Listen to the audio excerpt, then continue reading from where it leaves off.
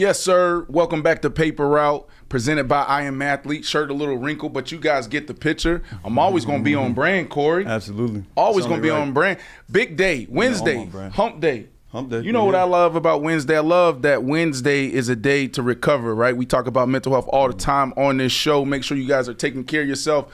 But, bro, we always doing something first. We got a cool show.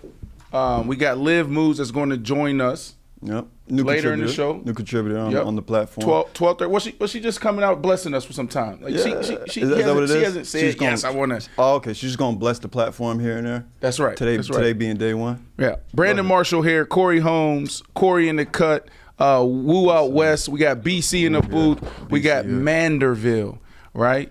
And this is Paper Route on Faction Talk, Sirius XM, Channel 103 for all y'all listening who might be driving right now, but we are streamers. I walked away from ESPN, the FS1s of the world, and all those other streamers that throw big bags at talent and athletes and say, you know what? I'm going to go be a YouTuber. Mm-hmm. You know who else we got in the building that can relate to my move?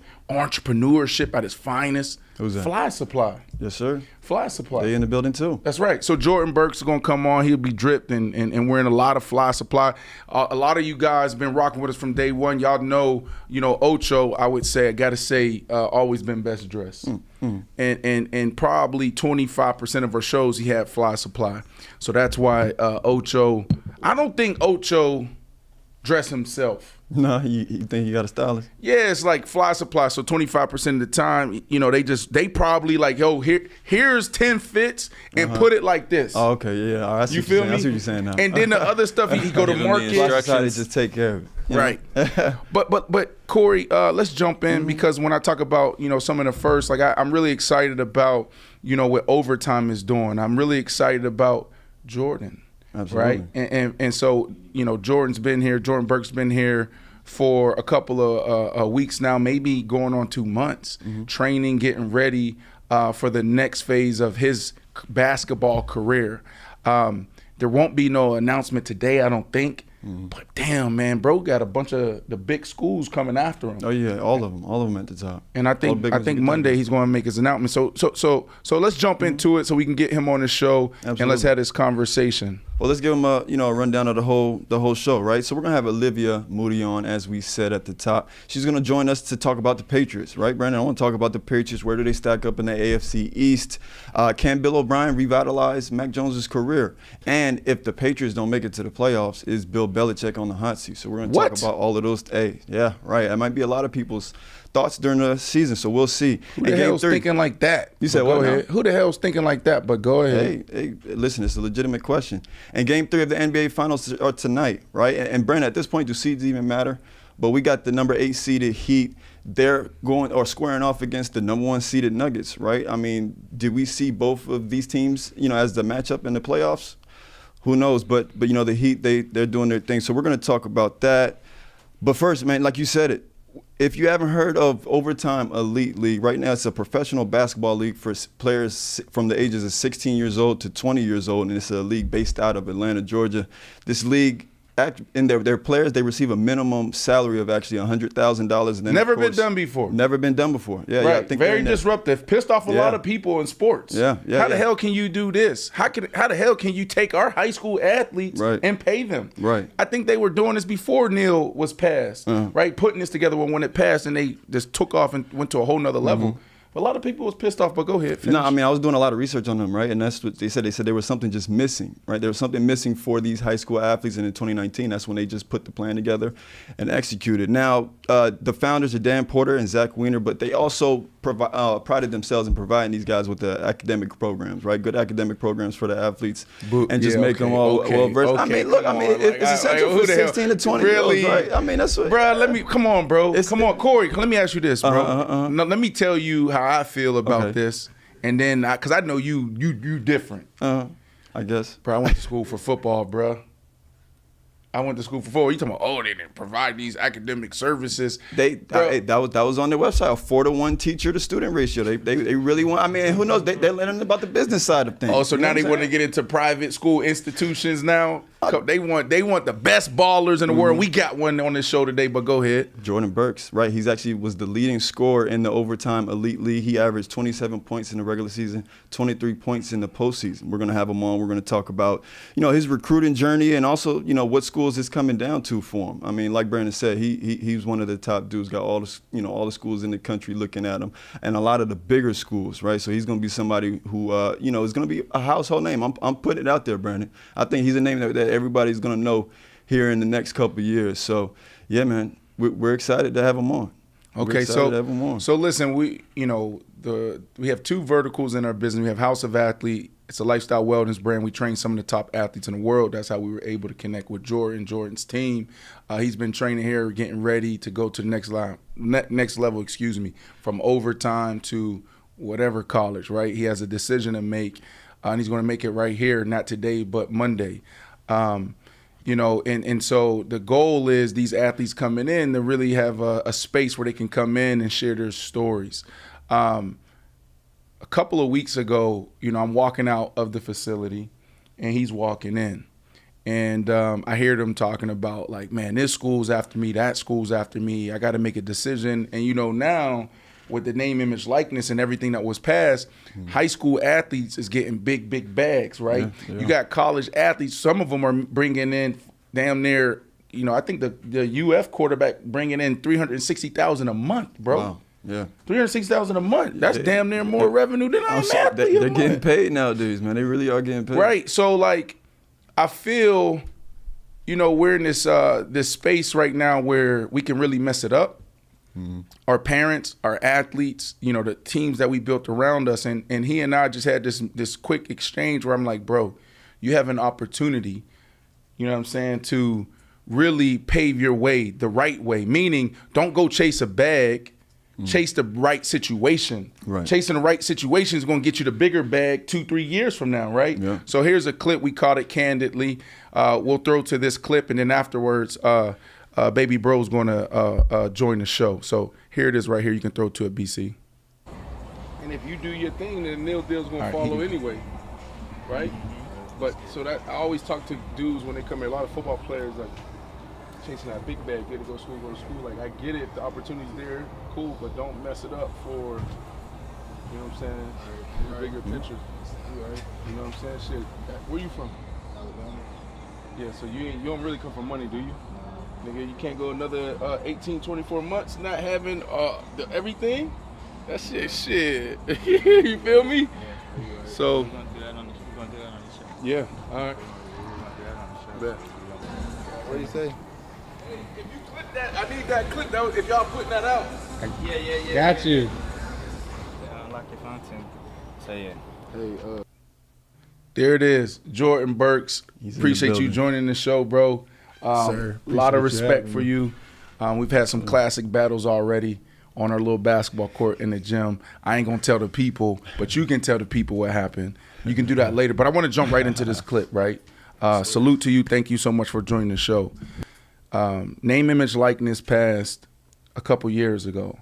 Now, high school athletes can monetize their name, image, and likeness. College athletes can monetize their name, image, likeness.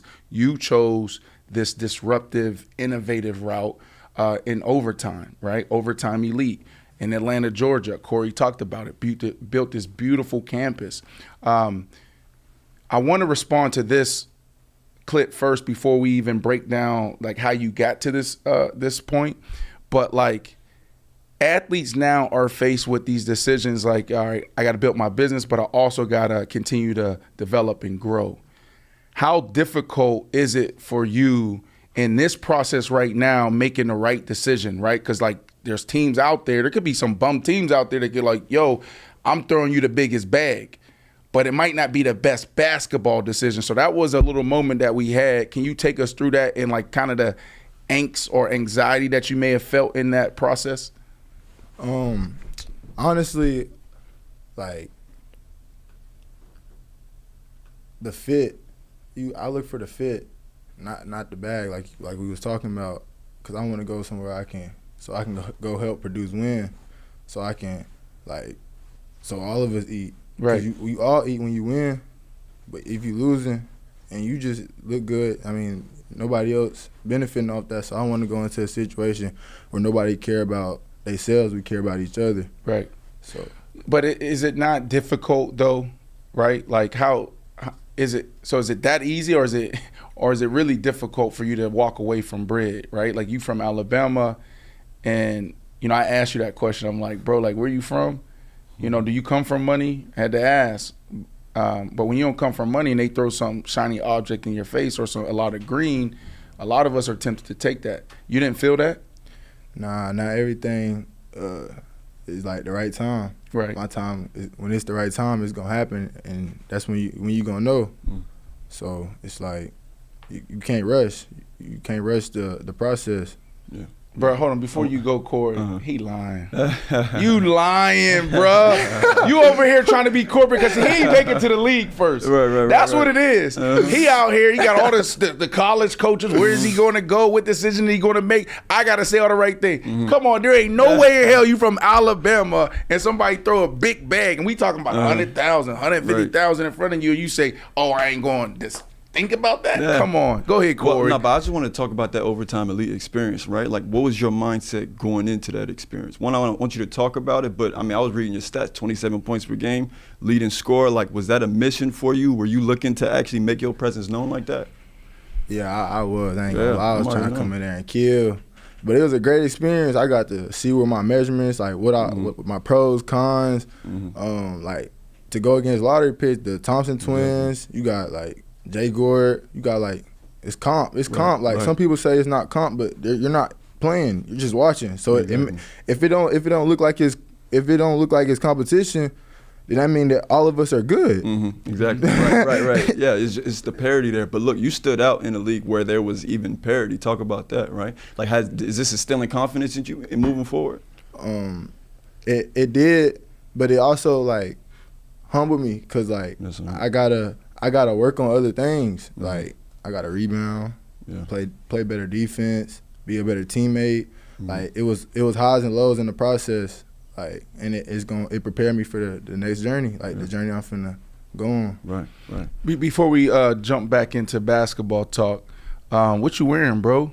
You know what I'm saying? Go tell the people. I kind of gave them a little heads up, but I was trying to tell the people. But Fly Supply, you feel me? You gotta rock with my boy Rail. Yeah.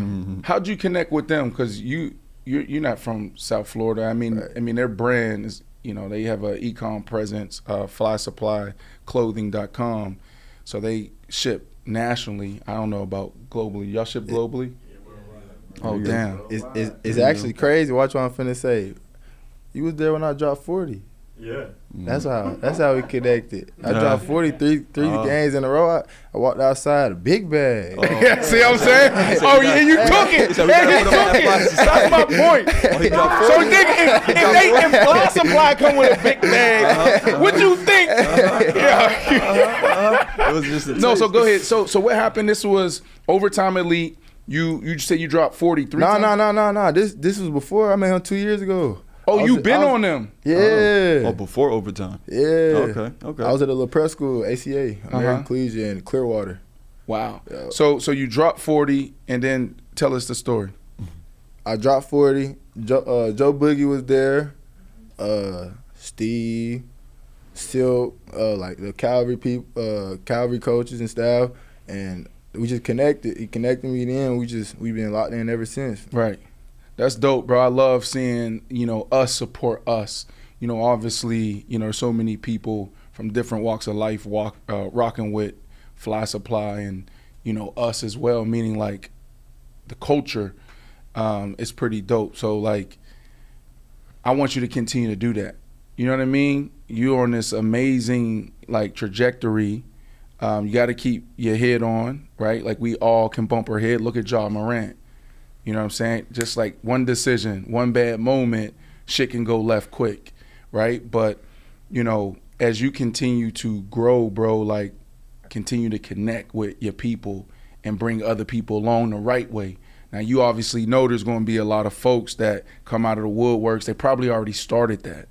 You know what I'm saying? And like the best thing that you can learn is how to say no. Have you learned that yet? Well, honestly, I don't even really like feed into. I really don't give a reply because it's not. You feel me? What's understood don't gotta be said. I don't gotta say nothing to you if you already know that. You feel me? Like. No, I don't know. This is a universal challenge with a lot of athletes, right? Boom. I didn't have to deal with this at the high school level, right? Now y'all making money. People know you making money. So now you got not just people you don't know asking, but it could be your homeboy that you really rock with. It could be your cousin. It could be, a friend in school. People might be pitching you ideas. I don't know, have you had that experience yet? Has it hit you there where people come in like, yo, I need to borrow a couple dollars, or yo, I got this idea? Yeah. So what's your process? Like, you know what I'm saying? Now this is me playing big bro, like asking you, and really it could be thought-provoking so you can put a system in place around this, because this is where a lot of us, fall victim, right? And we really do it to ourselves. So like, what is your process of saying no or evaluating opportunities or being able to say yes to somebody who may need it? Because like we're not supposed to make it and not show love and help. You know what I'm saying? So what's your process? All right, so that's why you gotta have a good support system around you. Mm-hmm. So if you got the right people around you, they can guide you, teach you how to move, and who to reply to, who to send it to. So it's like if you need, then that's cool. But if you just on something just to go buy something, like this irrelevant. Yeah, a lot of people need though, Jay. A lot of people need. Like I'm telling you, I had a coach that kind of helped raise me, and he hit me my rookie year. He like, yo, I'm about to get married, and can you pay for the wedding?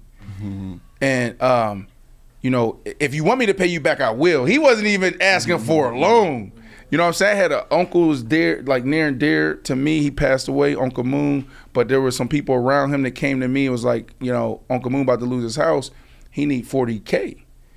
I was only making $285 that year. And then after that, the taxes, you only taking half. So I had to tell my uncle, my favorite uncle, no. You know what I'm saying? So like, I just want you, I love what you're saying. So you're surrounded by the right people. And you know what I'm saying? You got to assess that every single year, maybe every single quarter, where you look at your team and it's like, okay, are we on track or off track, right? Run it like a real business. Right. You know what I'm saying? Think about how LeBron is doing it. Think about Hov. We have some blueprints in the culture. Connect with, you say Maul from Fly Supply? Rail. Mm-hmm. He's running a real operation. They probably pushing millions now, right? They've been doing this from the mud. Think about what he did. He seen you in high school, investing in you. That's built in something from the mud, bro. Right. You know what I'm saying? A lot of people on bootstrap like that. So like, that's somebody from a business perspective that you can potentially even learn from, because a lot of athletes, we don't operate as businessmen. We operate as athletes. But Rail, he checking his numbers every single day. He's having a meeting with his team. He's firing people, hiring people all the time. He got to deal with certain shit. COVID-19, how's that going to affect the business? How's that going to affect, advertising? You understand? Right. I'm doing too much? Because sometimes they be telling me I be doing too much. No, you good. Keep okay, preaching, cool. Mm-hmm. But let's get back, Corey. I know we want to, hit some basketball stuff, of course. Overtime. Like, I don't know where you want to go there. I do want to learn about like how he got there, but I'll let you go there. I do too, because I was actually talking to your guy Ace before you had came in onto the set, and he was telling me that basketball is actually relatively new for you, right? What? Yeah, talk about that, because we're talking about you as you one of the top prospects in the country, and basketball is relatively new. Talk about that. Right. Last year was the first time I got like on a circuit. Yeah.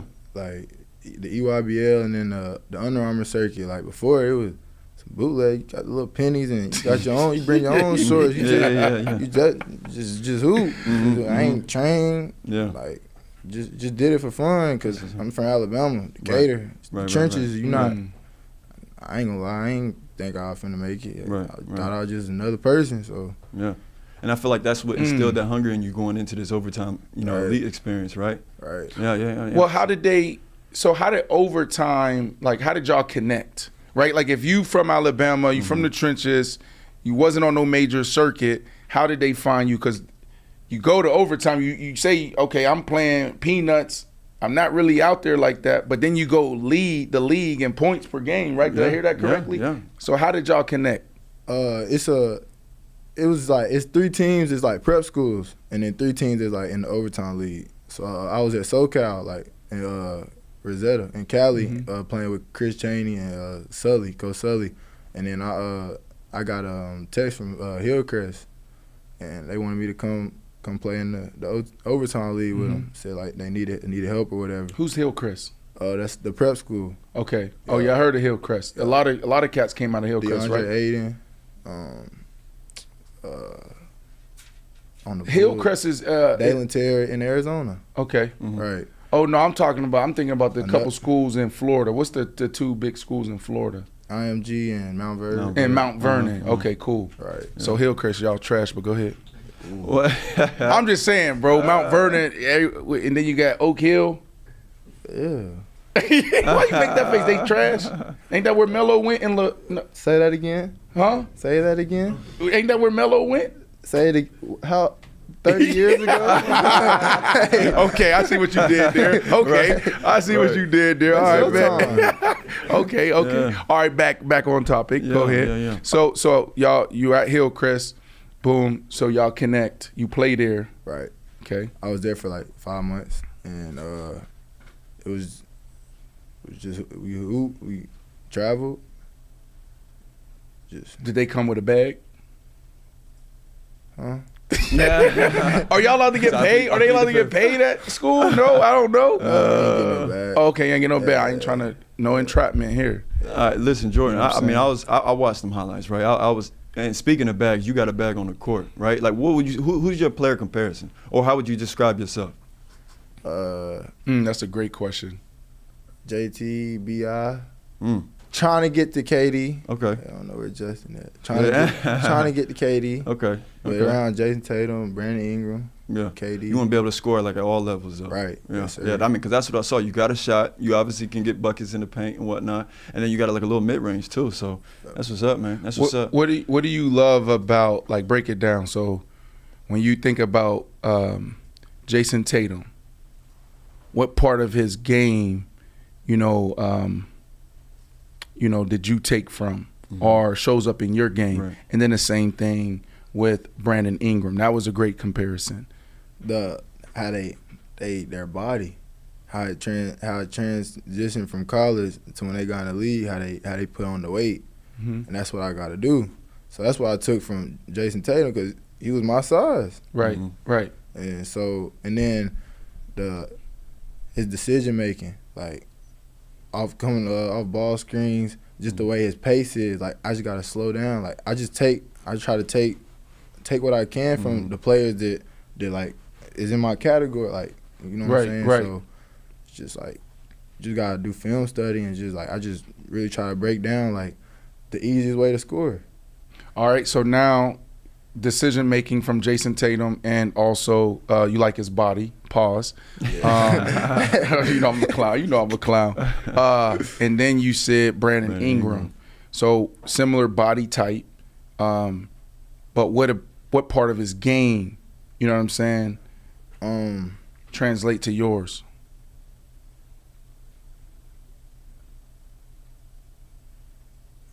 Versatile.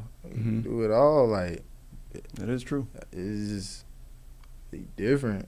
I know he ain't show up in the playoffs, y'all. Don't get me, you know what I'm saying? But like coming off ball screens, he can play off the ball. He can post up on the, you know what I'm saying? So it's everything. Right. Everything. So you mentioned KD. Yeah. What I love, I love and I hate certain parts of how you said that. What I love about it is like KD is probably one of the greatest scorers we've ever seen, or maybe the greatest scorer in NBA history. Okay, debatable. So it's like shooting for the stars, if you want to call it that. Like I'm that type of guy. I'm a visual guy. Like if I can think it, I can see it. If I can see it, I can achieve it. You know what I'm saying? I'm gonna do whatever it takes to get there. And if you fall a little short, shit, we still up there. You know what I'm saying? So I love that. But what I didn't love about it is like you felt a little hesitant. It was like you're scared to say it a little bit. Like, do you really believe, you know, that you can be that great? You know what I'm saying? Yeah, for sure. But you gotta also be real with yourself. Like, I'm not at their level right now, but I'm gonna get to it. I'm gonna surpass. I'm gonna prevail. Right. I'm gonna get to that. That's why I was kind of hesitant when I said KD, because I felt like that was kind of gassing. Because the way like he gets his like he's like he know what he finna do, and that's why I gotta work on. Right. I do like the humility part, bro, but I feel like you can't waver, and I feel like there ain't no reality when it comes to chasing greatness and it comes to redefining a position or a sport. You know what I mean? Like, there's insanity in that, and I feel like the athletes, the artists who kind of get that are the ones that don't struggle that much mentally, right? Because you really are every single day you're trying to reach a level of excellence, and that's where, you know, it gets really tough for a lot of guys, and you see dudes struggling mentally. You know what I mean? We had Andre Drummond on. He talked about, you know, in March, this past March, breaking down before a couple games and then shutting down, saying, I got to go get help, right? So, you know, you got to – it's a thin line. It's a thin line. You're here to talk a little bit about the process, or talk about the process. Monday, you're going to make your decision on, you know, what's next for you, what school you're going to attend. Talk to us about the process. Like, how has it been? Can you give us some teams that's reached out, that's on the board, that you're considering? Can you give us anything there?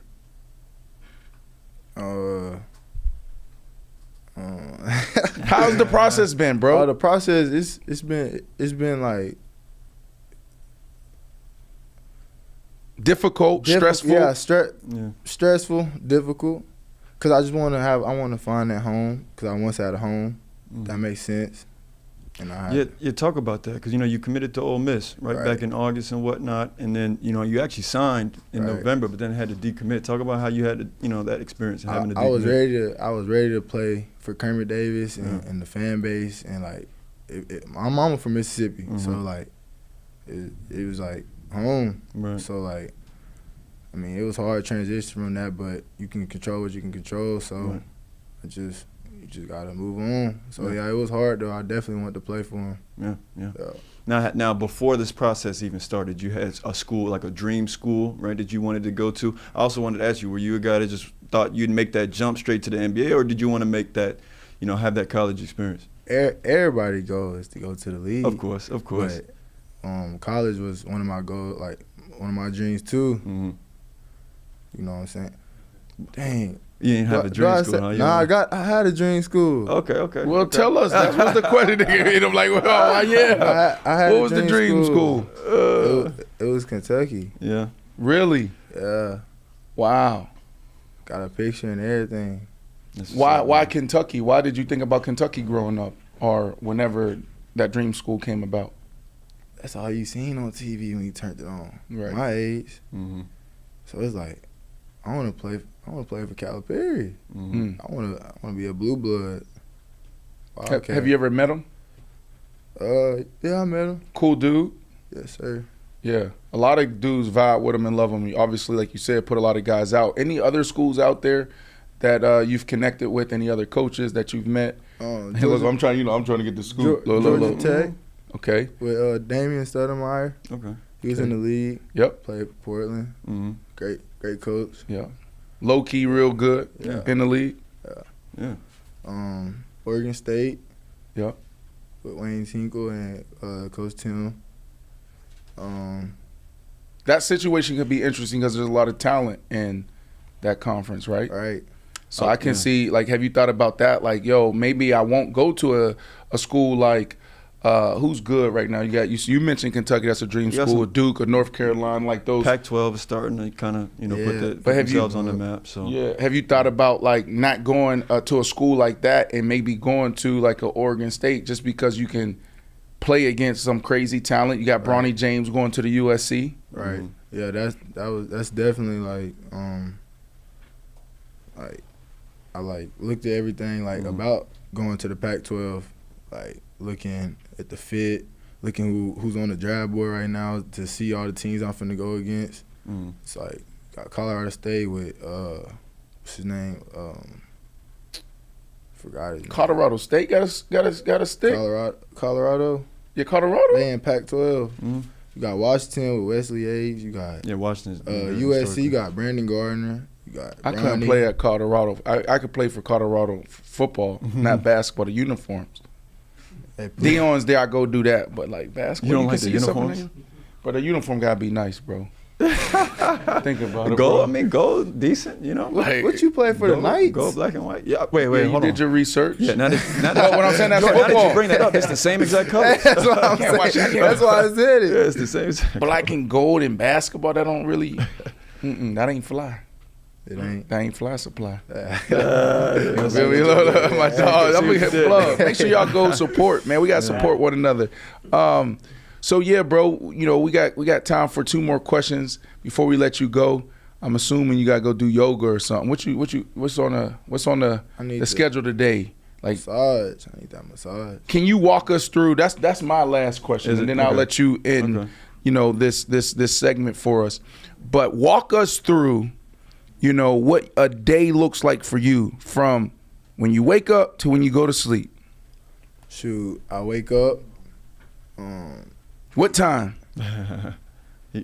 Shoot, I want all the details, but down. you know, some stuff, you know what I mean, don't disclose. 6:45. Get up. I got a 7:30 workout in the morning. Okay. Hit the gym, basketball gym. I leave from there. Got like 30 to an hour. Then I come to house athlete 10:30. Try to get something to eat. Then I start 11 with Tamara. Best recovery. Shout out Tamara. Shout out HOA. Then shout out HOA. Then I go to N at 12. Work. Then after that, I go back to Tamara. We do like recovery. Then after that, I go to Justin. Best analytics. Shout out Justin. You know, go train with him. Then what have you learned training with Justin? I know I said I had one question, but every time I say one, 3 more pop up. What have you learned? Because you said analytics. He used to work with Kevin Durant, the guy that you said, I kind of want to be Kevin. You was kind of, bro, come on. Because Justin be trying to get on me. He like, nah.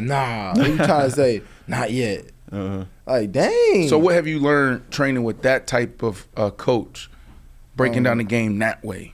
Like, to slow down and be more like don't do extra. Just get straight to your spots.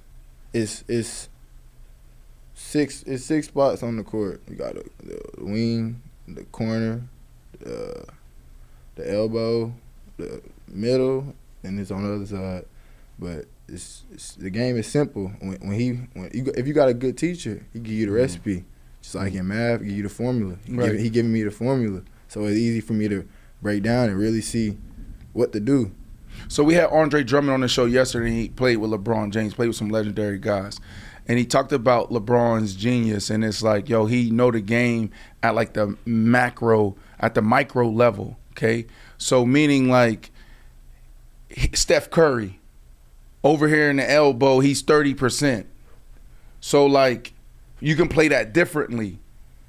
But Steph Curry over here, high percentage, 45, 46%. We got to close out. This dude, bum. He ain't named no names, but he's a bum. What are you doing closing out? You didn't went to close out. He pump faked you and took off, right? But even going back to Steph Curry, remember what he said, Corey? He said that shot where he's low percentage, which is low percentage for Steph Curry, is still probably better than most. Right. But don't run out there out of control, because what he's probably going to do is pump fake you and go. Yeah, right. Knowing his spot. You understand? So, like, is there one spot on the court where you know you just lights out? Because he also talked about Chris Paul. Remember, he said, like, yo, Chris Paul going to the right and doing this little whatever, and then that little fadeaway shot. He said he's down there 70-something%. They only playing that, right? So what is that one spot for you where it's just like lights out? Mid-range.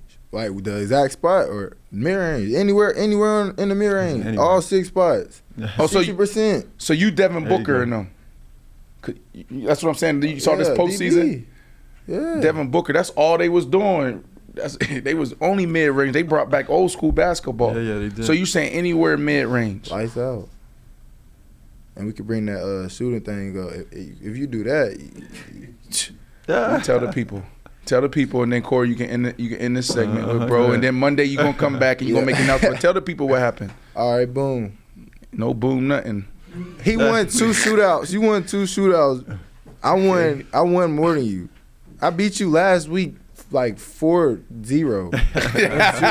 That's true. And then we played ones, fried you, laid you. Ooh, I hit a step back on you. Oh man. Hey, this how I got him though, Corey. This how I got him. Tell us. He, like he said, 7:30 in the morning, he coming, or whenever he's 10 or whatever. Mm-hmm. No, it was early. And I got him, he like this, sleeping, walking in the facility like this. Yeah. I was like, bring that ass here, boy. Right now. Let's go shoot right now. Jacket. I was already warm. He had no warm. He warm and airballing and trying to count that as a point. Bro, oh, man. For the rest of your life, okay, I'm going to be old. I'm going to come to a game with my son sitting courtside. In the whole game, I'm going to be reminding you, remember I beat you? I'm a football player. I beat an NBA player, bro. You see how I speak? I'm speaking into existence, too. I ain't say maybe, but I'm always going to remind you, dog. I'll always have that. And all basketball players come here. There's only one cat that came in here to just smoke me. What's the cat's name that played for the Portland Trailblazers? Young dude from Orlando. Simons. What's his name? Fernay Simons. Ooh. Yeah, if you get a J like him, bro, you going to make $300 million, bro. You're going to get a super max. That boy can shoot. You know who I'm talking about?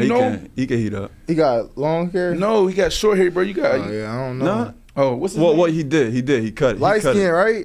Yeah, kind of. But he got like the dread that hang out. That's what I know. He talking about. He don't got dreads. He clean. It was braid. It was braids. He used to have like it was like more of like a fro, and then had like the twit. This is the dude that trained here, right? Young boy. Don't talk. Yeah. Just shoot. Hey, no, I appreciate Corey. What you got, man? Man, well, this is what I got before we end it, right? Like, I want to know who you have, in your corner helping you throughout this whole process, making decisions and so on and so forth, and just with you step by step going into this next chapter. First, I got my mama. I got Ace. Then Justin. Then I got my cameraman, Jordan. Yeah, man. Gotta have that. That's what it is. Right. Gotta get that content out. Rod put me on Ace. He put the play, and then Ace took it from there and just put all this in motion. So I'm just thankful for having all them. And then God first. So I'm just blessed and thankful, like, for the opportunity to even be, like, able to do this with you and having a college to go to. I'm just blessed, and I'm just ready to work. Ain't nothing else to. That's what's up. All right, man. So will you be able to come back Monday, or maybe we can do something where you make the announcement here? Right. I'm gonna set up do it like the football players do it. Yeah. We're gonna set up a table, and you're gonna have all these hats: North Carolina, Duke, Ole Miss. I'm still gonna put Ole Miss out. Like, you decommitted, they hot at you. We're gonna put Ole Miss up there. We're gonna put what's the other school? Oregon State. We're gonna put Kentucky. We're gonna put everybody up there. UConn, and then boom, you gotta pick one. Can we do that Monday? Yeah, we can do that. You sure? Yeah. You gonna charge me, or are we good? Nah, we good. All right, bro. We're gonna go to commercial, and we come back out. We'll recap this with Liv, and then we'll also get back into sports talk. We got to talk basketball, talk football. Whole lot to talk about. I'm saying, don't keep playing basketball, because it's going to go like this. And you're going to be on the other side sitting right here being like Shaq, talking about players. Let's go to break real quick. The top 3 rappers alive. Can do the Fat Boys count as one rapper? No. Jay-Z. Ooh. Shoot, I don't know. Come on, Coach, you got it. Dig deep. Master P. Master P? Yeah, where'd that come from? Let's go. Getting bout it. Any TikToks coming out this week? Oh, for sure, 100%. A lot of TikToks this week. Can you give us a hit? I'm gonna just say this: it's some dancing, and I'm putting something together with my teammates for a touchdown celebration. So don't ever take a young man or a kid and give up on it. Because there is a man in there that can change things. That's you. He did. And he wasn't easy to give up on. Patrick Mahomes, I played him yesterday, and I said, Rihanna said that you're the greatest quarterback ever. He blushed, he smiled, and then at the end I was like, bro, I'm lying. Rihanna came out and said that you are the greatest quarterback ever. Hearing that, how does that make you feel? It makes you feel great. Whatever Rihanna says is like the gospel. So I'm glad that she went with me for that honor. She didn't. She didn't. That's right. So can you tell him something nice? That's so mean. He is mean. Okay? I am so sorry you went through that. I still think you're great. See? There's still nice people in the world. He's a hater, though. Let me ask you this question. So Brandon Ayuk come out and say he did. When he said that they was going to get exposed. What was he saying about that? Where's the holes? Yeah, right. Where are the holes? Average specs later. What about Bradbury? Trash. Bradbury's trash? Right now, what do you stand on the cannabis and all of that? I mean, look, for me, I don't take any medication, right? Like nothing synthetic. Right. So for me, I'm all about doing what you need to do, right? You know, and I think, look, like, yeah, I got through some shit, but I went through some shit, but like, it's real, right? We're in 2023 and it's legal everywhere. So I'm not hating on it. I'm a fan. I love you, brother.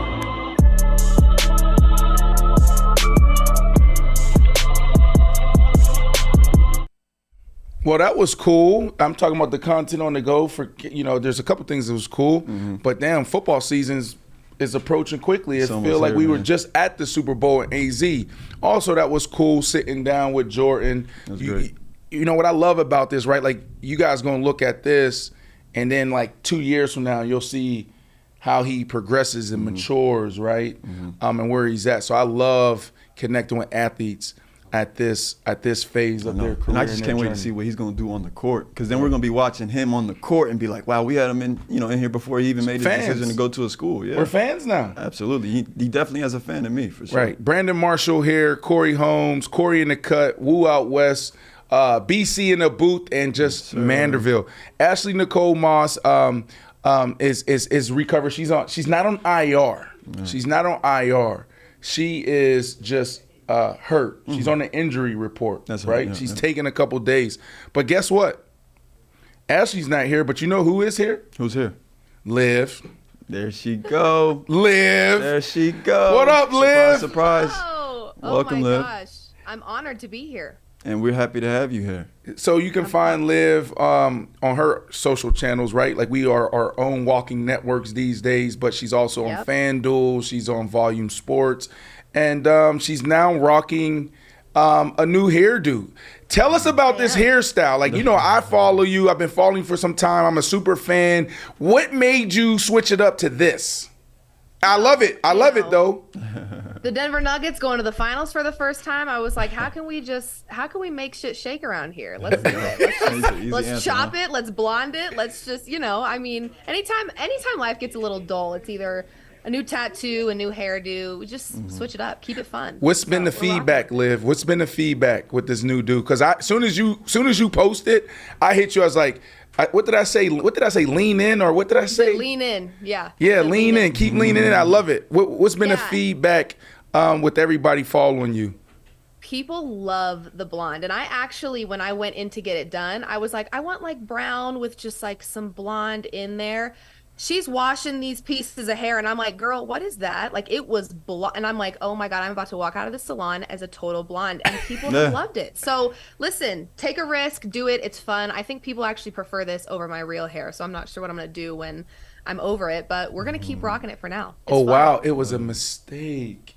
It was a good one, though. It was a good one. I love it. She done found something. Liv done found something. Anyways, Liv, you ready to dive into some of these sports topics? Let's do it. Or wherever you want to go. Look, we're on YouTube, right? We can do whatever the hell we want. Let's do it. All right, cool. All right, Liv, Brandon, we're actually going to talk Patriots, right? So, teams right now, they're about midway through the second week of OTAs, and there have been a couple out of, the Patriots camp, right?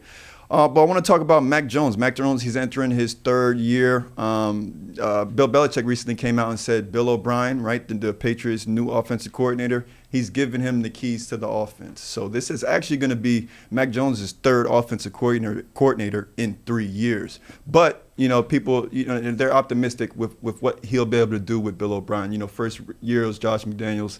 Second, he had a defensive coordinator calling plays for him, which wasn't ideal for him. But I want to ask you though, Brandon, do you think the Patriots will be more of an improved offense, considering they've added a Juju Smith, they added a Mike Gesicki, right. Guys like that? I'm not sure. Liv, let's take a couple steps back, right? And I'm getting a little echo in my mic, guys. But let's take a couple steps back, right? Last year, Liv, Corey, you know who was calling their plays or who was leading their offense? Do y'all remember? It was Matt Patricia. Yeah. Do y'all remember who Matt Patricia is? Y'all know Matt Patricia, the mad scientist, the guy who used the pencil. He ended up leaving the Patriots and going to be the head coach for the Detroit Lions. He was a defensive guy, okay? So, boom, he gets fired. The genius, and I'm not saying this like I do think he's a genius, and I think he's like the greatest coach ever, but Bill Belichick then hires his guy, right? When you know people, things happen for you. So he comes back as the offensive guy, but he split, this leadership role with another guy that was fired from the Giants.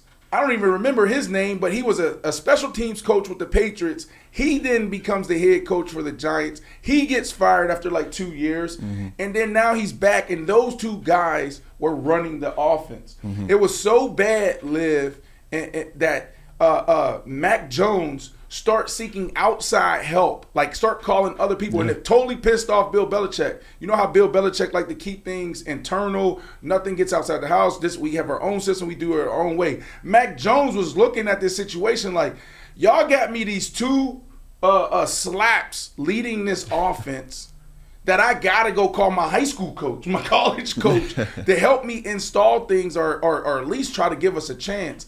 So do I think that the Patriots, your question was, will they improve? Will they have an improved offense next year? Yeah, I like the names that you named, but the biggest one was Bill O'Brien. Liv, for me, having Bill O'Brien, who knows the system, started out in New England, took his talents to Houston and had some success there, a lot of success on the offensive side. I like this for Mac Jones, and so just off of that move alone, they will be better. But I don't give them – I don't think they're a contender anymore, Liv. Yeah, Liv, as an offense, where do you think they stack in the AFC East? Do you think they'll have success there with all the additions they made? Success, but it's kind of like how I'm feeling as a Broncos fan. We can only go up from here, it feels like. The bar isn't set very high at this point. I do think I have been very hard on Mac Jones. I call him Mid Jones a lot. I've never been like a massive Mac Jones believer, but I also think it's worth noting that he hasn't really been set up for success. I think this is the most success he's probably been set up for offensively. So I think this will really be a true testament to the type of player that he is. I feel like he's kind of been swimming upstream at this point. New coaches, in and out, it's like a revolving door for him. It's hard to, I don't play football, but I can't imagine it's easy to do your job when you can't establish a stable relationship with the people that you're supposed to listen to. So yeah, I think this is the most success he's being set up for, so now we really get to see the type of player he is. So maybe I'll pump the brakes on calling him Mid Jones for a while. Mid Jones. Well, historically, Bill Belichick, he's been a defensive guy, and I think this year he'll be able to kind of focus solely on the defense right now that he's brought a guy like Bill O'Brien in. And they're happy, through the first 2 weeks of OTAs with their first-round draft pick, Christian Gonzalez. He's been showing promise. He's doing really well. But what I want to know, guys, if the Patriots miss the playoffs this year, will Bill Belichick be on the hot seat? Liv, you want to start there? What's your thoughts there?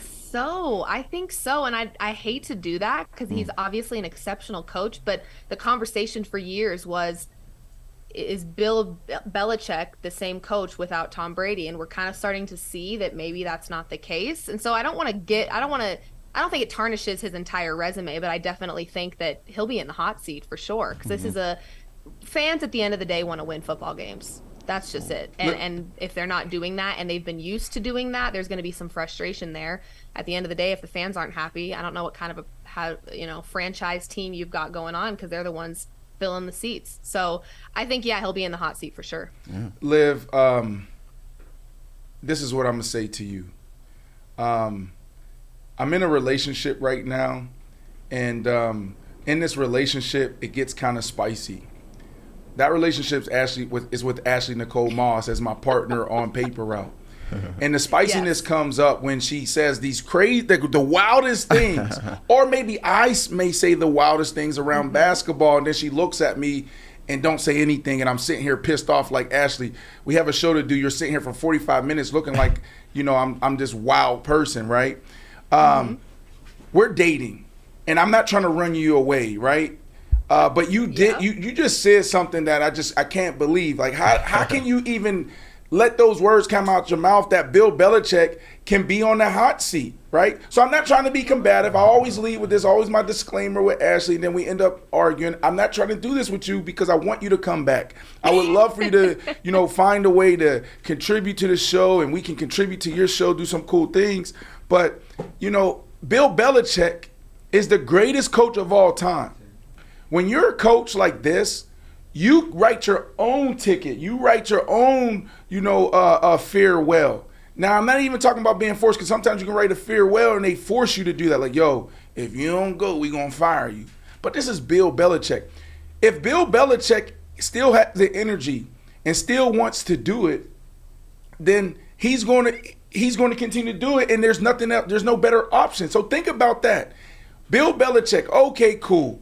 No more Tom Brady. Now you guys are just, finding a way to get back to prominence. Now you're trying to find a way to, new ways to win. All right. If you fire Bill Belichick, what's the alternative? How is it better? I mean, we're talking about a guy that still has high energy, still wants to do it. And when you break down the game, is there a better mind than Bill Belichick? Even at this phase of his career, how old is Bill Belichick, Woo? Can I interject there, though, please? Brandon? Because I think you could find a coach that'd be able to take the Patriots and have a better than 500 record through 3 years. Couldn't you argue that? Bruh, I live on the other side. The reason why I go back 3 years is because, Liv, you said it earlier, how successful can Bill Belichick be without Tom Brady? Ever since Tom Brady left, he's 25-25. I mean, that's pretty mediocre. I think there's a lot of coaches that's had better records through the last 3 years. So I mean, I think you can argue that you could bring in a young coach that could bring some energy to the program, have guys eager to play for him. I mean, not to say that there's not guys out there that aren't eager to play for Bill Belichick, but maybe it might be time to switch things up. You don't think so? Well, go ahead, Woo. I'm just going to let you know he's 71 years old right now. Old. He's 71 and he's better than any head coach in the NFL, right? And I think Pete Carroll. How old is Pete Carroll? I think Pete Carroll, Andy Reid may be the other All OGs. Right, let me cut Grandpa some slack. Sorry about that. I didn't realize he was. I didn't realize he was in the 70s. I'm sorry about that. No, but here's the thing though. This is what I would say, Liv and Corey, and Woo and BC. And Manderville and Miss Pamela and Go St. Patrick. Liv, on this show, we have like some real loyal followers and just supporters, right? We launched this a couple months ago. We're building up our audience. We're still in this live rehearsal, figuring out what this show is and, adding different elements to the show. And every day we're getting better and better. But what stays the same, is constant. It's Christy O. It's Pamela. It's Ghost. Right. It's Ghost. Who else? Am I saying this right? B Morale is already always B here. Morale's always there. Who else is in here? Let me look at the chat. Anybody else? Yeah. So thank you guys for tuning in. But I'll say this, Liv, and we can then move on. Last 2 years, the hottest head coach candidate has been, before he got hired. The hottest head coach candidate was Josh McDaniels, right? So if Josh McDaniels is so sought after, and this is really for 5-6 years, remember, every year, everybody keep talking about, is Josh McDaniels going to come out? Is Josh McDaniels going to come out? We want Josh McDaniels. Okay, Josh McDaniels goes to the the Raiders. Raiders had a phenomenal finish to that year before they let go. You know, it was Gruden, then they put their interim head coach in. He turned it around. They ended on a high horse. And then now it's like Josh McDaniels, all you got to do is take us to the next level. He went the other way. So I say all that to say this. Sometimes the grass ain't greener on the other side. When you have not a Hall of Fame, you can't even describe Bill Belichick that way, like Hall of Fame head coach. He's beyond the Hall of Fame. We need to create another type of established group to put like the Bill Belichicks of the world in, the Phils, Phil Jacksons of the world in. Yeah. Like, you can't replace this dude. Now, if he starts tripping and making like crazy moves and high pressure situations, then that's when I say, oh, he's losing it. Let's move on. All right, well, that's interesting there. Then how bad do the Patriots have to do next year for them to be feeling that way?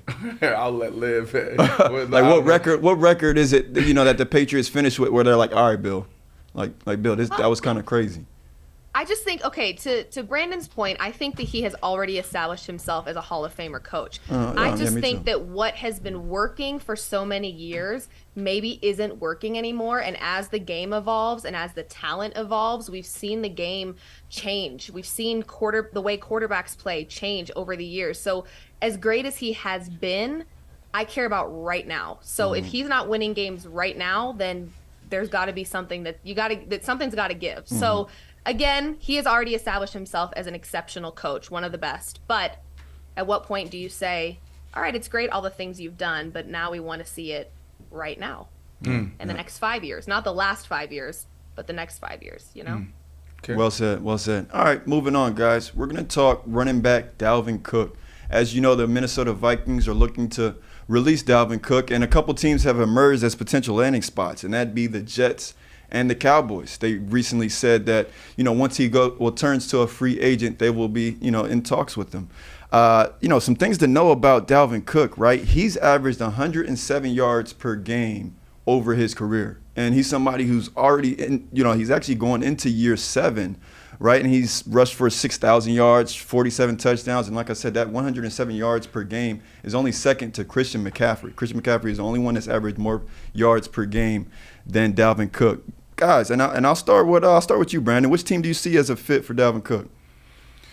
Any contenders, right? And I say that because, you guys know this. Y'all been watching football for a very long time. Hell, Liv, you've been covering football. You know this. We disrespect the running back position. When you are year 5, they're like, okay, we got 1, maybe 2 more elite years out of this superstar. And then you hit year 6, let's move on. We got to replace, right? And you're seeing that across the board. Like Ezekiel Elliott, now a lot of people say his numbers dipped and he's done, but did you see him play on one leg last year for the team when he should have really sat out? So the reality around the running back position is that you're just not respected when you hit year 6. They think you're just going to hit this cliff. So my answer is any contender, because a team like the Jets bringing in a Dalvin Cook, now you're looking at depth at that position, and he doesn't have to carry the load, and he gives you so much versatility, so much pop. Like last year, he still had, what did you say, how many yards last year? Almost 1,200? I gave you his career total. I can give you his I think it was 1,200 yards. It was 1,173 last year. Yeah, like the dude can still do it. Absolutely. The dude is nice. So I like him with the Jets, and I might be a little biased there because that's my favorite team. Sorry, Liv. I know you're from Denver. You still live in Denver. I played 4 years there. They drafted me. I love them for that and forever grateful. But the Jets was my favorite experience, and we got A-Rod. Now think about that group, those weapons that A-Rod has. And that's actually a great thing for A-Rod, because do we want A-Rod, which he still can, but do we want A-Rod to drop back, 40, 50 times a game and air it out? Just imagine what type of team you have and the kind of chemistry and continuity you have when you have A-Rod that can lean on a defense, top 5 defense, and they have a run game. How do you stop the Jets? So I think the Jets is the perfect landing spot for Dalvin Cook, and they should go make it happen. Woody Johnson, this is your year to go get it done. Keep your foot on the gas. You made it happen with Aaron Rodgers. Nobody thought that you can get Aaron Rodgers. Everybody for the past 20 years have said the Jets is a circus. Why would anybody want to go to this organization? Like, I know internally, a lot of people know that it's actually a cool place to work. But now you go get A-Rod, go finish the deal. This is your moment. The window, Liv, closes so fast. If they don't get this done, then they still are contenders, but it's a little bit more difficult. Liv, what you think? Yeah, I don't know. I feel like there's just this Jets team is going to be unbelievable. If you add Dalvin Cook to that, I don't know. They really become a serious threat, in my opinion. However, I'm wondering now, okay, Aaron Rodgers still trying to prove that he's in his prime, still trying to prove that he's that guy.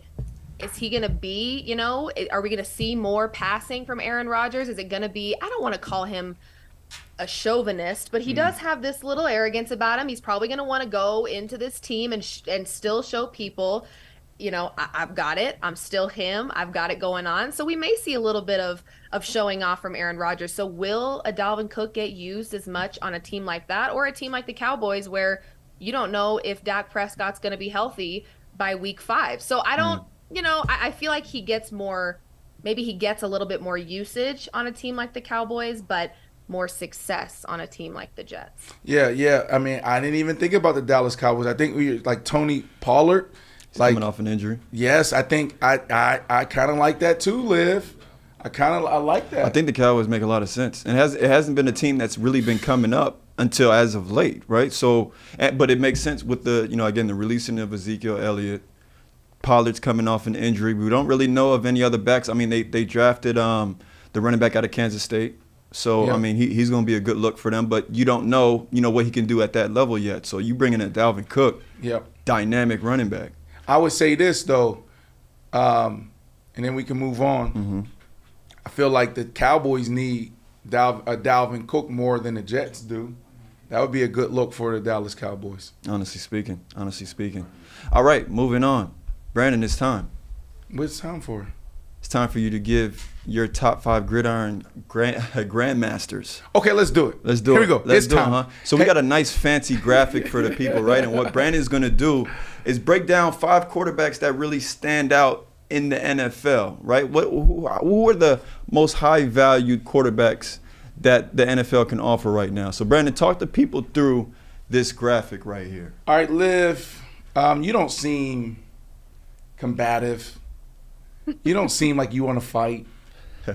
But if Be careful. But if you want to, feel free to push back at any moment, right? Because I know some people can be like, what? What about this guy, that guy? Feel free.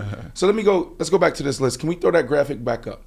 Gridiron Grandmasters. First, why is it titled that way? It's titled that way because I'm a big chess fan, right? It's a game of strategy. It's critical thinking. To be really good, you got to think 5, 10 moves ahead. The Grandmasters, sometimes they got the whole game played out before they sit down. You've seen some Grandmasters play with their eyes closed, or because they're just listening. Okay, this person moved at this spot, that person moved on that spot, right? So you can throw it back up. They don't need to see me. Everybody see me all the time. They don't need to see me. But you know who you do need to see at number 1? The queen, most powerful piece on the board, Patrick Mahomes. And this is undeniable. I don't think this is even a debate. Liv, any pushback here? Is any debating that Patrick Mahomes is the best quarterback in the league? He's number 1 for me as well, so I'm not going to push back on that one at all. Okay. No. All right, so let's Corey? No, I'm saying no pushback yet. No pushback yet, right, Liv? I see some pushback coming up, though. It's I coming sure up. Stay tuned for the pushback. Okay, hey, Liv, remember where you're from, okay? That's right. Okay, I'll keep it down. Okay. Remember where you're from. You're from Denver, okay? Yeah, right. All right. Is there any, please, I think there is a little debate here, but how can we really debate Aaron Rodgers at number 2? Because when you think about the best thrower of the football ever, you have Aaron Rodgers to me as 1, then Patrick Mahomes 2. Who else has the arm talent as these guys? And then also Aaron Rodgers, he still can play at a high level. Didn't he win back-to-back MVPs? He did. And then last year was just a year that the whole team imploded. Yeah. He's not cooked. He's not done. Okay, so is there anything there that y'all want to say or push back on me before we get to the big pushback? Absolutely. So you don't like Aaron Rodgers at 2? It's a respectable number 2, right? Yeah, I mean, here's my thing. Like, are we talking like currently right now, or are we looking at the whole thing? Because my answer will shift. What I saw from Aaron Rodgers last season, I was very unimpressed by. I personally, my number 2 spot right now, I'd push Joe Burrow into that number 2 spot just below Patrick Mahomes over Aaron Rodgers. I love Aaron Rodgers, but I want to see it and not believe it. Again, I know he's done it, but I'm kind of in the now right now. I'm in the now. So I don't necessarily hugely disagree, but I would put Joe Burrow at 2. Okay. All right. So here's what I want to say here, right? We have to really define this and be clear. If I'm starting a team, this is my list. But if we're going off of what have you done for me lately, then this drastically changes, right? Mm-hmm. You still have Patrick Mahomes at 1. And if Ashley was here, she'll be calling me out. Oh, you're what'd she say? You're contradicting yourself. Da, da, da, da. I'm like, Ashley, listen to what I'm saying. Do you listen at all? Right? So you have Patrick Mahomes 1, but then you know who slides in number 2 if we're going off of what have you done for me lately? Can anybody guess? Are they on this list? Go ahead, Woo. Oh, I want to say Joe Burrow. No, it would be Jalen Hurts. Oh, Jalen Hurts was just in the Super Bowl. That's what I was asking. I'm like, I feel like it's somebody who's not on this list. Oh, not on the list. I took it as who? No. It will drastically change because you have what have you done for me lately? Right. And then like Russell Wilson, A-Rod may not even make the list, right? Because I didn't even thought about that yet. But let's go back to this because here's where I'm gonna get some pushback. Russell Wilson, 3. Woo, why are you looking at me like that? Why are your eyes big? Why? You have a lot of faith in Russell. That's why my eyes got big. Because, the thing is, at his stage in the game, to take such a dip, you worry. It could be the end. Okay. I know he had a great 10 years, but it could be the end. Yeah, you just worry if he lost it or if it was just a down year. Of course, This would be the year where, we can make that determination, but... we just gonna have to see. They had so much hype going into the season. Right. So let me do this really quickly. Let me put in. But I get quarterbacks, QBs. I'm gonna put QBs in the. No, I'm gonna put all time. Let me do it this way. I do get what you're saying by like these are the quarterbacks that I'm gonna start a franchise with. Okay, all time. Because they have a resume. They have a built-up resume. Quarterbacks, QBs. Hold on. Y'all trying to rush. We're not on ESPN. We're not on F1 and YouTube. Take your time. Take your time. Come on. Let the beat build a little bit. All right, Liv. I'm gonna say some names out there. All these are quarterbacks. No, this is not a trick. Tom Brady, Dan Marino, Aaron Rodgers, Brett Favre, Ben Roethlisberger, Troy Aikman, who will be on the show next week, I believe. Phillip Rivers, Len Dawson, okay? Warren Moon, Drew Brees. Oh, my goodness. You know how many records Drew Brees broke? A lot. Unbelievable. John Albert Elway Jr. Have you ever heard it broken down that way? Look at Liv, because I'm like, who's John Albert? Did I say Peyton Manning? Did I say Joe Montana? No, you haven't yet. Did I say Johnny Unitas? Did I say Roger Staubach? Did I say Steve Young? Did I say Jim Kelly? Did I say Sammy Ball? Did I say Eli Manning? Did I say Matt Ryan? Okay, Joe Flacco. And I'm like, why would Joe Flacco? I didn't say, like, listen, I say all that to say this. The most winningest quarterback through 10 years. I know he's going to bring it up. It's Russell Wilson. I know he's going to bring it up. 1 year is not going to change how I feel about the most winningest quarterback in the NFL. So, Liv, that's why he's at 3. Any pushback there? Yeah, because as a Broncos fan, we emptied the bank on this man. So my expectation was very high. Kind of like, the argument of, again, 1 year, you don't really want to give up on that. But at the same time, how do you tank that low? How do you go that low from where the standard has been for you for so many years? So I'm kind of in the believe it when I see it as a Broncos fan. I I don't want to believe that in just 1 year he can completely turn around like that. But I don't know. He definitely didn't play like the winningest quarterback. Let me put it that way. I agree. Close. I agree. There's a few things that came up there, injuries, et cetera, and then you had Nathaniel Hackett, who's our offensive coordinator with the Jets now. He contributed to that. But look, we will see, because you're right, when you're paid that much, you got to find a way to get it done. Liv, you're out in Denver. What part of Denver do you live? I'm like 20 minutes south of the city. Well, I know the city, so give me this. Like where? What neighborhood? Like Highlands Ranch. I lived in Highlands Ranch, right off of Quebec. I lived in. I'm off of Quebec. Do you live in? No, I can't tell people where you live, but you know where I live. I lived in Palomino Park. I ain't gonna. Don't tell. Okay. Yeah. Yeah, that's near me. Yep. So I lived there. What are you hearing in Denver? Sean Payton's down there. Before we finish this list, are people excited? Or do they feel like Sean Payton is the answer? They feel like Russell Wilson looks better. Like, what are you hearing? Here's what I'm hearing. I'm hearing that Russell Wilson finally has a coach that can put him in his place a little bit, because I think here's the problem. A lot of people think like you do, Brandon, where it's like you are the winningest quarterback. I think Russell even thought that way when he came to Denver. It's like, hey, look at my resume. Okay, well, that resume worked in Seattle, but it's not working in Denver. So what are you going to do to fix that? And I think what happened is he came in, and because we emptied the bank on him, it was kind of Russell's world and we were living in it. And at the end of the day, as great as you are as a quarterback, you're not the coach, you're not in charge. And from what I understand, Sean Payton's main priority was really changing the culture of this team. It was getting everybody back kind of to the bare minimum, the basic level of this job. And kind of, I think the culture was the biggest priority here. And it sounds like it's been working in their favor. Not sure about the new slogan for the Broncos, Uncommon. Gosh. I think I'd rather have Let's Ride back, if we're being honest. But it sounds like they got a slice of humble pie, and he's kind of checking everybody, which I think was needed. Love that. Hey, before we move on, I just want to jump in the chat, Liv. We like to jump in the chat here.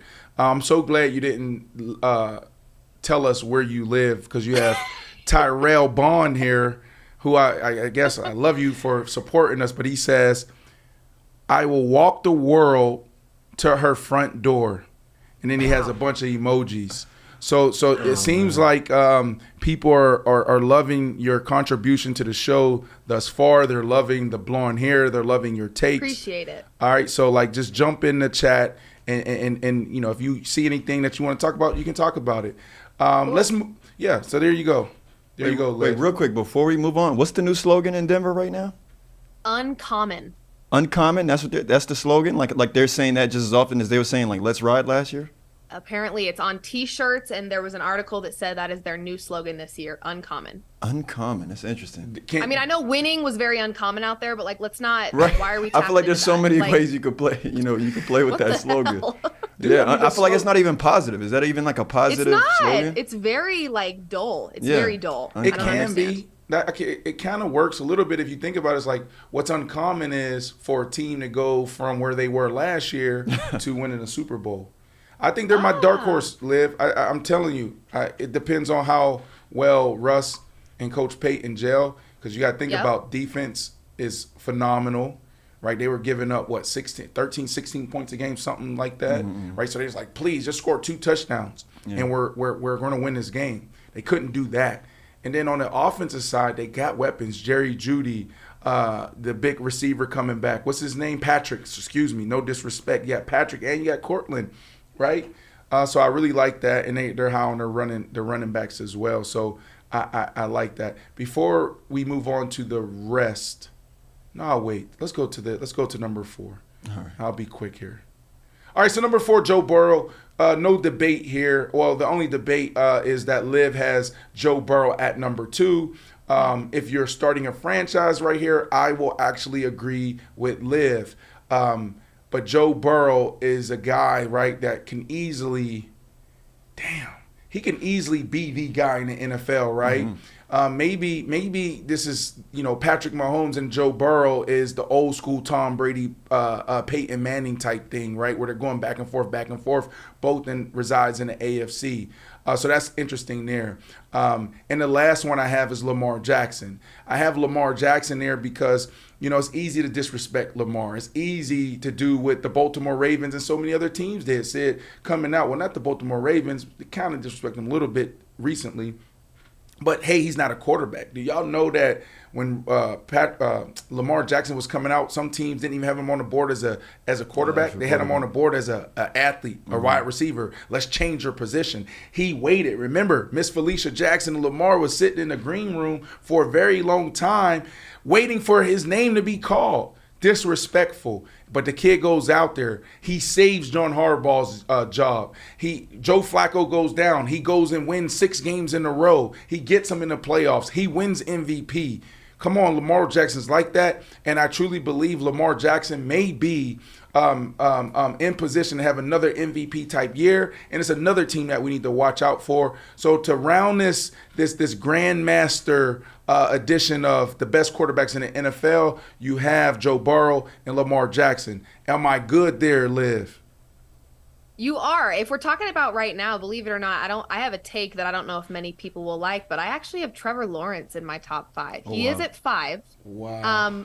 But I just saw something in him in the postseason last year that really has me excited about where he's going to go and the longevity that he's going to have. So again, if we're talking right now, I know he hasn't done a ton to prove where he's at, but from what I saw at the tail end of his season last year, I really, really like Trevor Lawrence right now. So I'm going to go, he's 5 right now for me. All right, there we go. His head coach feels the same way. We was actually just talking about him the other day. They're really optimistic with how, he'll look going into next season by carrying over that momentum that he had saw, at the end of last season. She ain't far off. She's off, but not far off, right? Like, he might be like 7, like for real. Like 7, 8. That's right. But yeah, he's right there. We'll see the first 8 games. I'm wondering how you leave a guy like Josh Allen off this list, though, Brandon. How you leave Josh Allen off?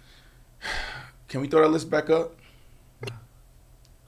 Patrick Mahomes, the best right now. Aaron Rodgers, one of the greatest ever. Best thrower of the football. Russell Wilson, the most winningest quarterback through 10 years. 1 year is not going to determine his legacy and what he's capable of doing. Joe Burrow could easily be, like Liv said, number 2. Damn, maybe there's some people putting him at number 1 now. And Lamar Jackson's just disrespectful. And that's why I did it, is I want people to understand that Lamar Jackson can be anywhere on this damn list any given Sunday. It's hard. Like, you have Justin Herbert, you have Trevor Lawrence, you have Josh Allen. There's some you have Jalen Hurts. You have some quarterbacks out there that's worthy of being grandmasters, but just not on my edition. Maybe we get to week 2, we'll do it again. Before we move on, because we have 10 more minutes with Liv. She's kind of a big deal. I love working with like the talented people before they like really blow, right? Like Liv, like I said this about Shady, even Ashley, like Liv, she's a superstar. And thank you.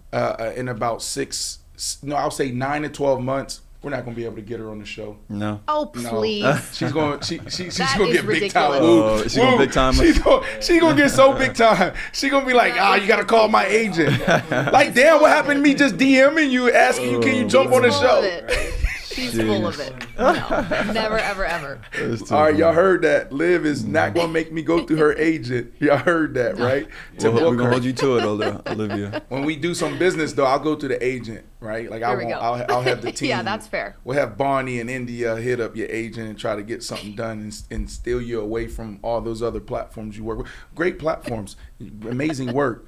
But, it's business is sport. It's competition there. Right. It is, totally. Can we get a single shot of Liv, please? Because we have 8 more minutes. Liv, inspiration, you're set. I see some Casamigos. I see some Grey Goose. Yeah, several options back there, yeah. Is this staged or is this like your real bar? What's going on here? This is a real bar, and honestly, we kind of started to like, I think I mean, I'm still so young in this space. I just turned 25 in January. So I'm still in that phase of like figuring out who is Liv Moods, what is the brand, what are we trying to tap into? And really, I am like the most unfiltered, like one of the guys type of vibe. I've always had that vibe. And so I feel like a lot of times in this space, things get a little too uptight, especially in sports betting, which is what I was involved in for so long. And I just wanted to be like chill. So we make drinks, we talk sports, we talk trash. We're just unfiltered. So in front of the bar just felt like the perfect place to just tap into that casual vibe, and just have fun. I mean, sports are supposed to be fun, and I think sometimes we get too wrapped up in the analytics, and the betting now makes people uptight about the money, and as they should be. But I also think, like, let's tap into the fact that sports are fun, and it also brings us together, because there's a lot of things in this world that do not. Sports is very I don't know. It's a team effort from everybody. So we just tap into that fun, casual energy. It's a galvanizer. Sports is a galvanizer. Exactly. New word right there. Liv, that was well said. Can we clip that? JP put that out in the internet world. That was very powerful. It was. Like, that's good. Are you a mixologist? Did I say that right? Are you a mixologist? Would you consider yourself a mixologist? No.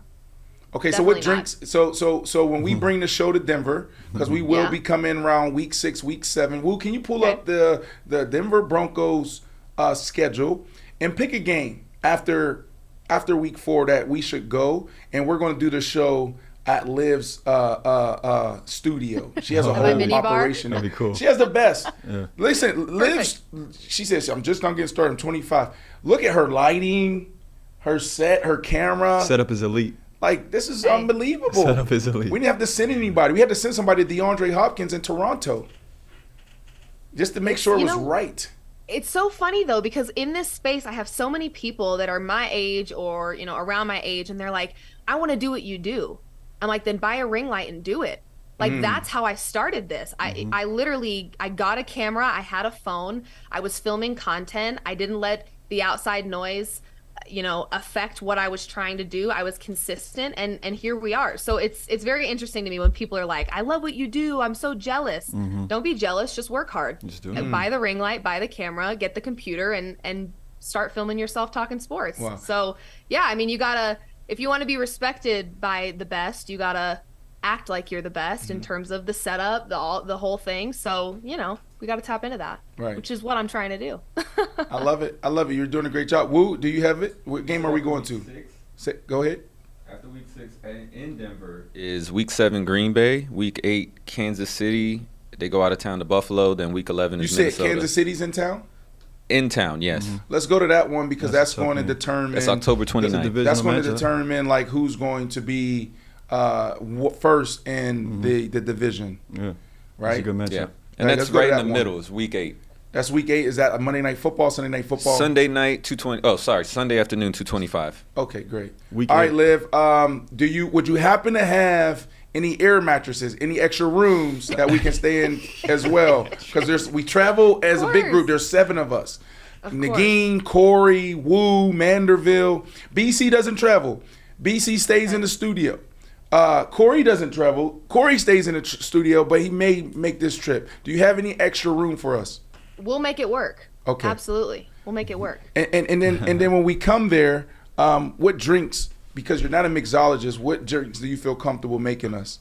Well, I'm good at making like 3 different drinks, and I think it's because they're very simple. An espresso martini is my jam. I love an espresso martini. Aperol spritz, and then a dirty martini. So those are like my 3 that I'm kind of floating around right now. I'll get creative. I've got time, though. If I have until October, I'll turn into a mixologist before you know it. Okay. We're good. Okay.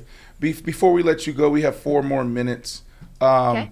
How did you get into sports betting? Because this is interesting, right? Like it's a booming industry right now. There's so many people engaged with it. I never was into betting, right? Never could understand. Obviously, I couldn't do it because I was playing, and I don't understand why these dudes every damn month there's another guy that's under investigation for betting. Like as an athlete, like you just don't do it. So I don't understand that. But now that I'm retired, Liv, opportunity came, and it started off first as like, a financial opportunity. It's like, shit, we'll do it.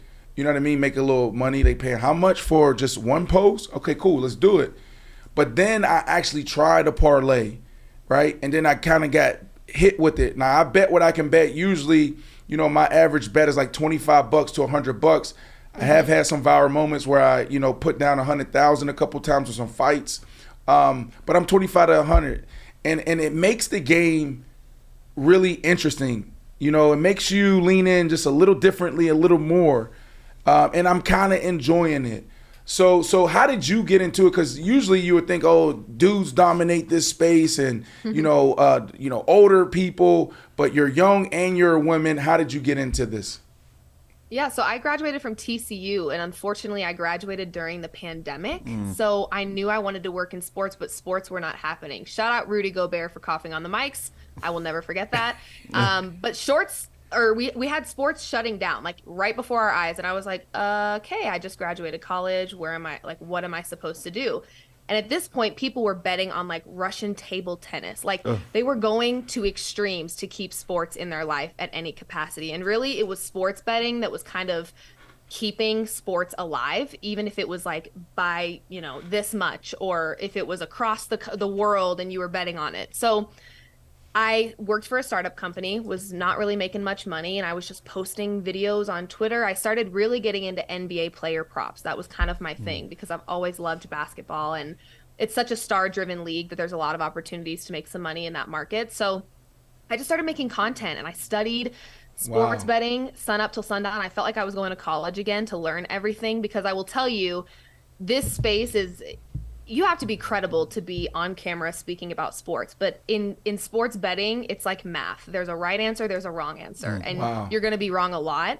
And that was something that was really, really hard for me, because I'm young, trying to become credible and prove to people that I'm credible and work hard, but I'm wrong, you know, 60% of the time. And it's like, well, it's like it contradicts itself, but you're never going to be right 100% of the time in sports betting. So I really just had to put my head down and keep betting, keep making betting content, keep studying, finding ways to handicap NFL games that worked for me, because it's different for everybody. So, and also finding your niche in sports betting, because if you try to bet on everything, you're going to go broke.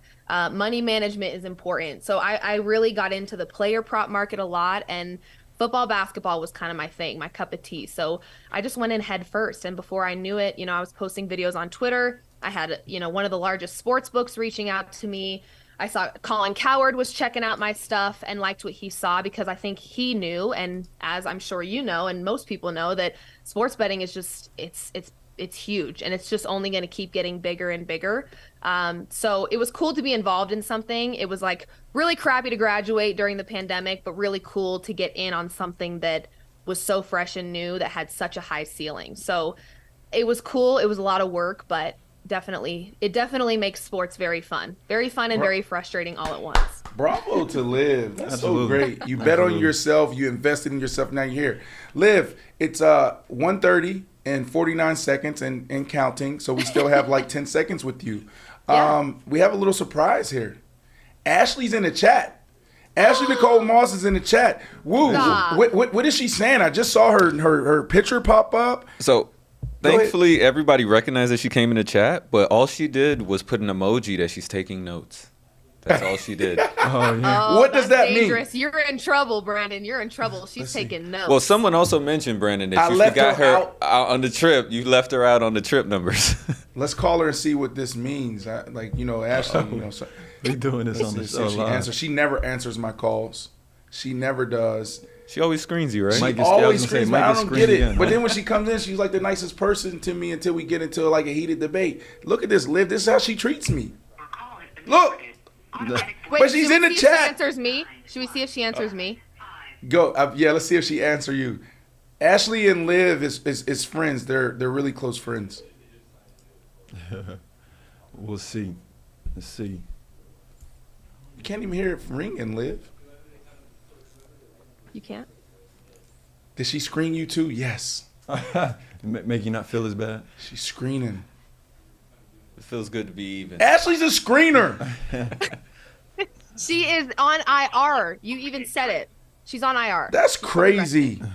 Pamela, what do we do here? Pamela, you are the boss of our our movement on Paper Route. How do we handle this? Ashley needs to stop screening us.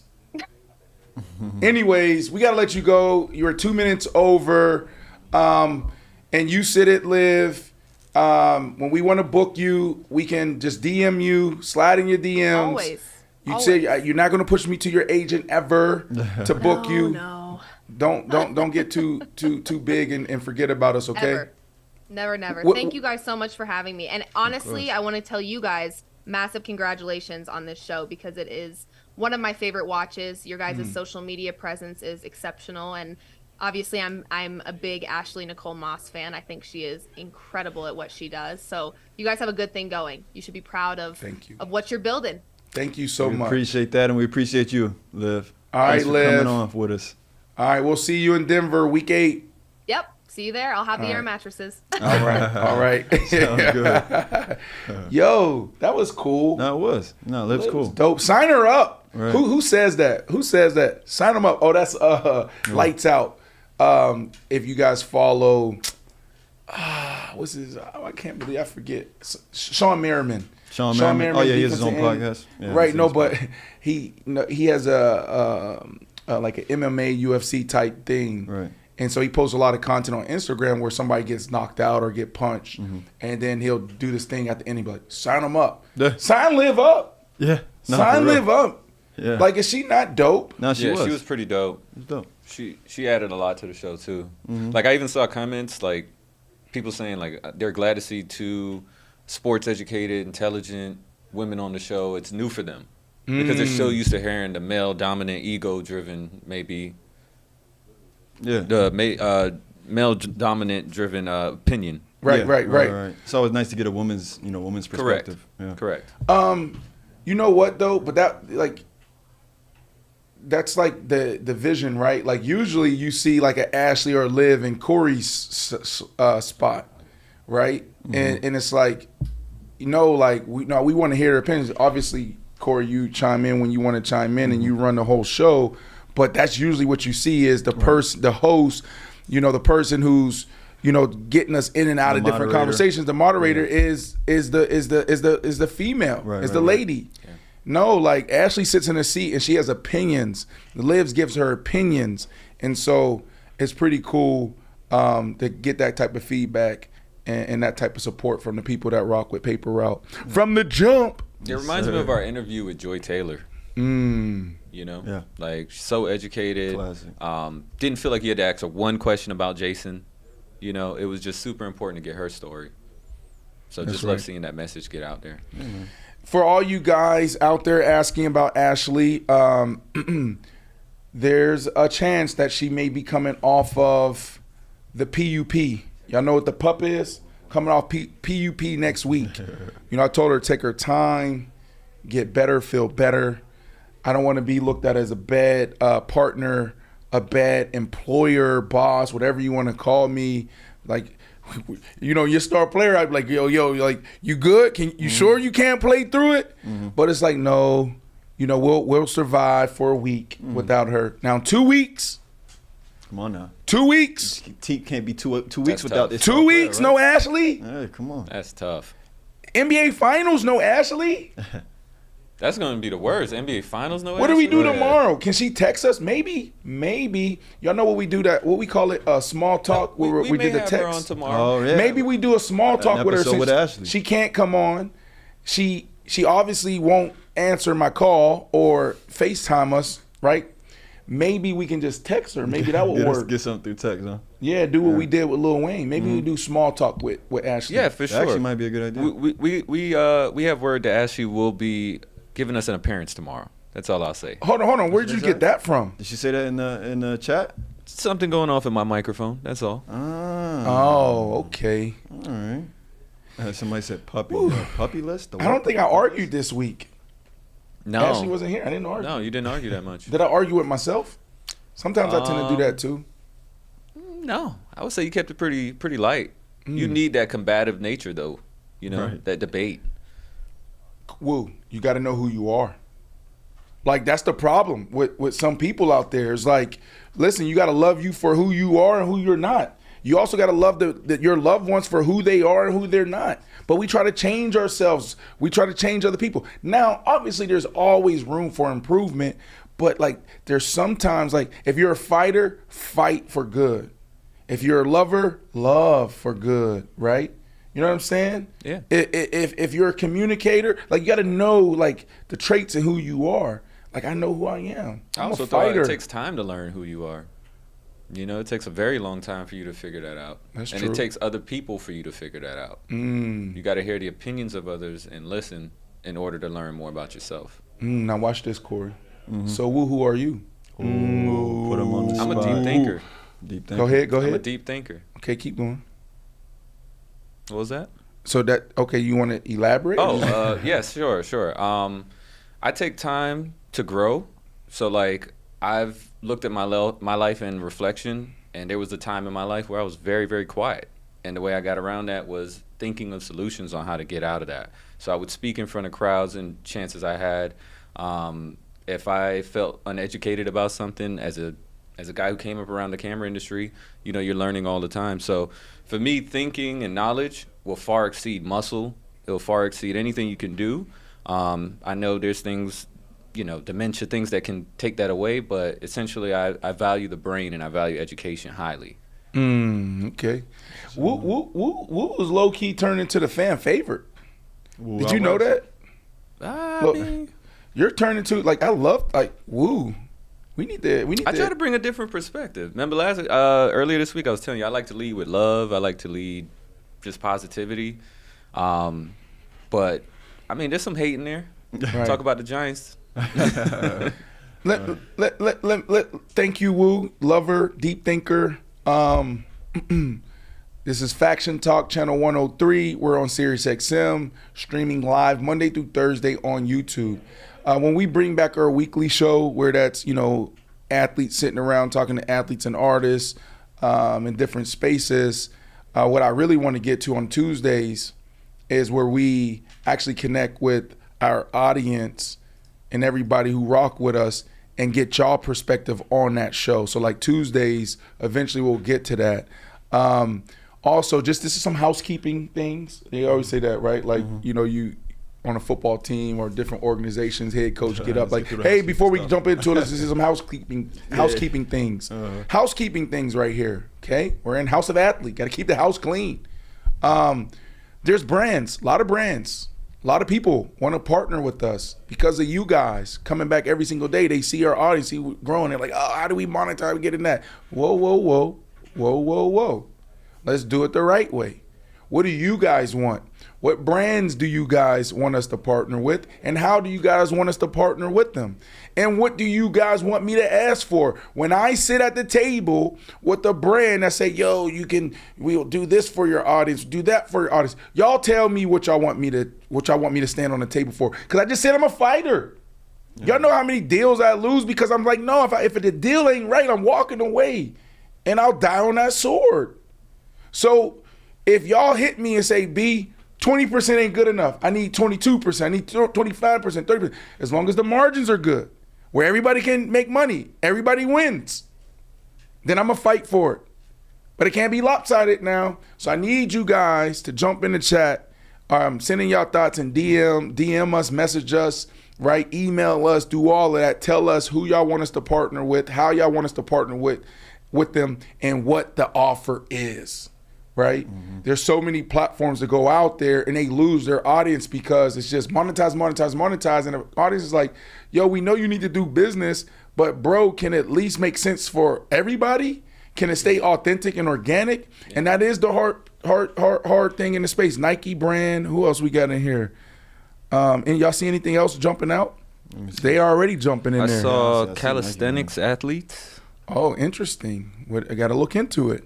If you have any connects, guys, you can also go ahead and shoot us that information as well. DM us on Instagram.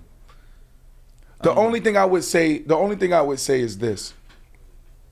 It's very hard for me to partner with, you know, like brands that's not going to build us up. It's hard. Or trash, you know what I'm saying? So like that's the only thing I would say. I think you should always have some sort of restriction though, right? Like you can't over abuse like your merch or what you're giving your audience. Right. I believe in what you said. Like, if they see you come in here and you dress a certain way or you talk about certain things, then you go off page and start saying, okay, we're selling pots now. Right. Doesn't make sense. You know, I think the audience has invested in us, you know, so we got to reinvest in them. That's all. We can't sell pots, Woo?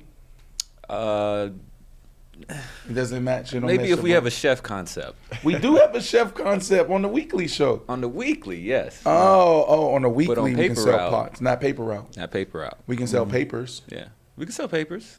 Rolling papers. What kind of papers, huh? Yo, I'm getting into it. You know what I'm getting into now? And I've never been this authentic in my life, right? Because as an athlete, you walk a thin line. And back in the day when I was coming up, you know, especially in football, you really couldn't get you could, but if you get your perspective, you out of there, right? And so like now, like I'm leaning, over the last 3 years, this show has helped me lean into myself. I would never say this before this. I actually been smoking a little bit lately. Yeah. I'm getting in this. Give us some feedback. As a person who didn't do it previously, like how do you feel it's affected your life positively? So the problem was this initially, right? So, you know, a couple years ago, I was in Seattle. That was my last cup of tea, my last year playing for the Seattle Seahawks, okay? And out there, everything is legal. And then, we had dudes smoking in the sauna. You walk in the bathroom in the facility. At the facility? We had dudes back then. We be on the bus. I might be giving too much information. But it was like, dang, these boys out here. Yeah. So, boom, I found myself, you know, it's the end of my career, I'm stressed. And I'm saying, like, why I'm carrying this by myself? Like, there's some medicine out there. Like, now we start having a conversation about medicinal and, you know, different ways you can, you know, partner with cannabis, right? And so, like, I'm like, damn, it's the end of my career. This big transition's coming, you know, I'm stressed. What can I do to just kind of like, you know, get some balance? And so I found myself in a dispensary. So in a dispensary, and I got some gummies, got a little pen, right? So I started off with this stuff that was like what is it? The THC. CBD. CBD. Yeah. Started with CBD. that, boom. CBD actually hit me a little bit. Like, okay. But then that went away. So then I started the gummies. Gummies was cool, but then gummies left me foggy. Yeah, no, I've always that's what heard edibles that. do. Yeah, they definitely hit you a different way than the actual flower. Yeah. I've always heard that. Okay, boom. So I did that. So I was like, all right, then I just chilled. Now, recently built in this business, right? Y'all know it. We all in it together, what we do on the daily. Yeah. And I'm like, I'm stressed. Let me try them gummies again. Had The to bring gummies left me foggy for, like, I did it for like 3-4 days in a row. You know what I'm saying? The gummies left me foggy for like 4 weeks, it felt like. Yeah, just no, off. that's what they do. They'll linger. Yeah. The edible experience will linger too. And so then I said, let me try the flower. There's a little lady named Forest Queen, trains at the facility. She's a member. I'm seeing her post all this stuff, and I'm like, okay, Miss Forest Queen. So I tap in. I'm trying to learn. Teach me. She brings, boom, all this stuff. Overwhelming.